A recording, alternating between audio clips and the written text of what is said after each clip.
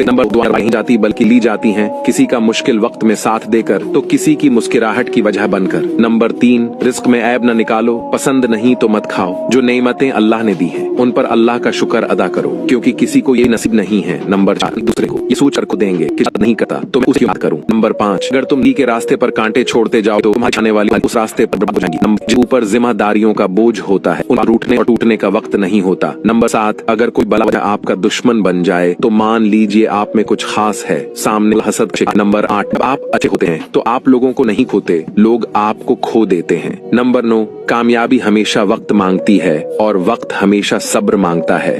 अगर आप इन बातों से एग्री करते हैं तो कमेंट में यस जरूर लिखें और मुझे फॉलो करके अपना दोस्त बना लें। हमेशा सही राह दिखाऊंगा।